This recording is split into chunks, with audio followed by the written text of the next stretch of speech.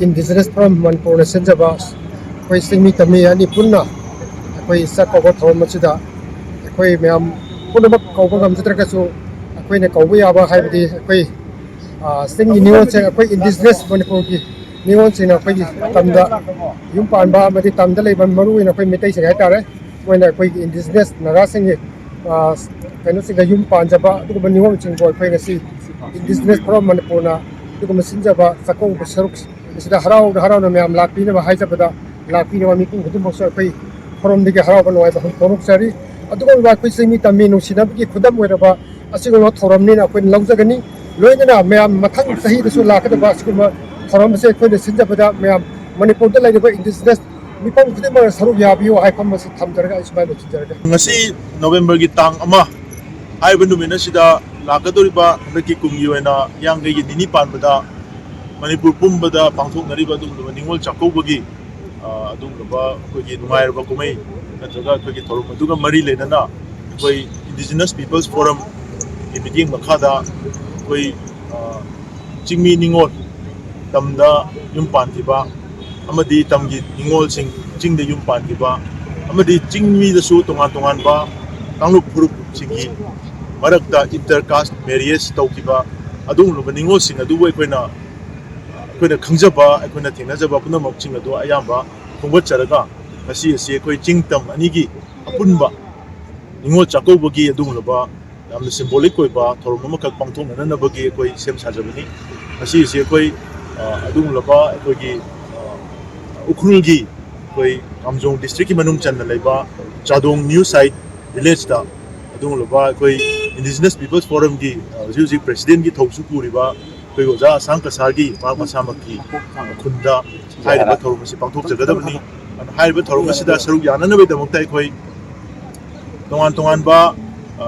tanglup puruk kudimaki Manipur da leba koi yellow puruk kudimaki ningol sing atopa mai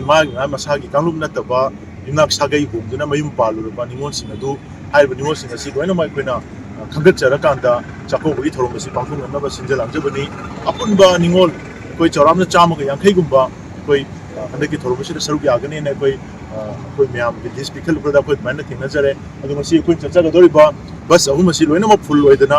कोई तोंगान बा private गाड़ी car ma'am अमद सु कोई adjust होगा मैम से पुनः चक्के दौरी हाइब थोड़ा मसी कोई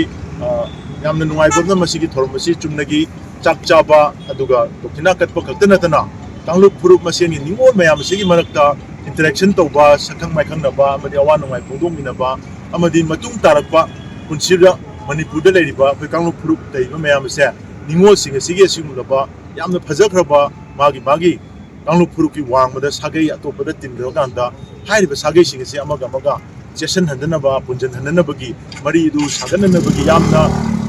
tanja chaba yamna khudung chaba tanja mani hana lojara kanda hairiba thorom ase koi symbolic oina pangthok jabani handaki chahi asina ahan ba oira kanda lakadaba chahi khuding gi su koi hairiba thorom si Manipur gi tongan mafam singda koi yoja koi gi kabui gi da su mafam singda tangkol gi da su mafam singda adegi de koi metei gi da su mafam singda tongan tanglu group sing mafam da chahi khuding gi sigulaba koi gi ningol singi koi gi inter community ningol singi chakobu si pangthon no hona jagani adu ngasi je koi kangla mamang koi gi adung laba life family oiba kangla mamang asi de huduk chara kanda koi punna sadung tamdalam thajara kanda sadung da mu yamna mapung oiba formal function namaga loinana koi gi ukhul gi adung laba honorable MLA koi gi Sri Ram Muibana maana chief guest oidana koi maruena degi koi digla gi proprietor oibiriba managing director oibiriba koi thangjam joy kumar na guest of honor when saruk yara kanda koi punna ba sadung da thorum maga loinana nimal chapu basi punna yamin na ro si haidana I mayamda audience